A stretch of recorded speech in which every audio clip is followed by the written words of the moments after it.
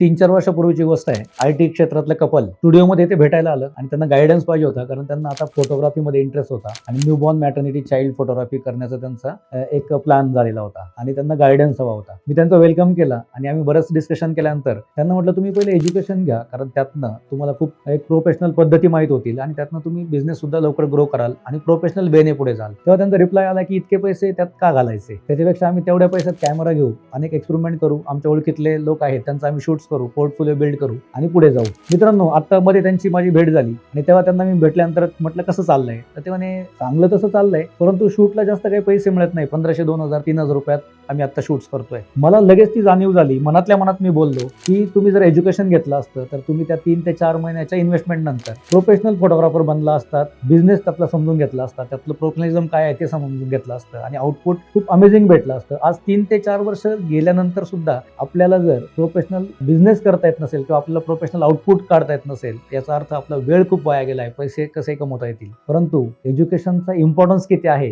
हे जर समजून घेतलं तर आपला हा वेळ जात नाही आणि आपण बिझनेसमध्ये लवकर ग्रो करतो आणि खूप छान आपण पुढे जातो, कारण ती वेळ आपल्याला परत मिळणार नाही.